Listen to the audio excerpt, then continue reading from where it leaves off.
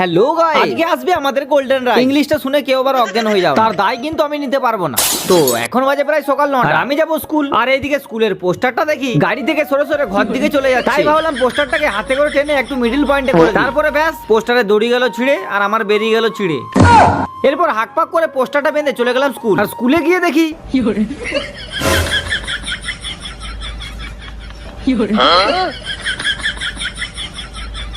এ হচ্ছে সেই ডন নাম্বার 1। তো যাই হোক, স্কুলের সব ছেলেদিকে নামিয়ে বাড়ি চলে এলাম। বাড়ি আসার পর মা বললো আমাদের নাকি আজকে ধান কাটবে, তাই হাক পাক করে মাঠে যাচ্ছিলাম। আর এইদিকে আমার একটা বিরাট বড় অ্যাক্সিডেন্ট হয়ে যাচ্ছিল, আর এদিকে আমাদের ধান জমি আমি খুঁজে পাচ্ছিলাম না। তারপর ঘর এসে দেখি আমাদের ধান চলে এসেছে। তারপর মাকে বললাম কে এই ধানগুলো নিয়ে এলো? তখন মা বললো তোর বাপ হেলিকপ্টার করে এই ধানগুলো নিয়ে এসেছে।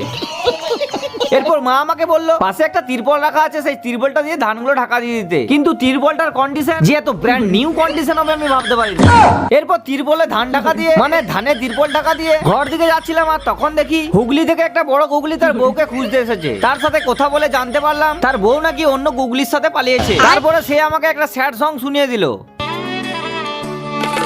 চোখের জলে ভাসিয়ে দিলাম মনের ঠিকানা। স্যাড সং শোনার পর গুগলিকে একটা নরম সোফার উপর বসিয়ে দিলাম। আমি বরং ওর বউকে খুঁজে নিয়ে আসি। তোমরা চ্যানেলটাকে সাবস্ক্রাইব এন্ড ফলো করে দাও। চলো টাটা।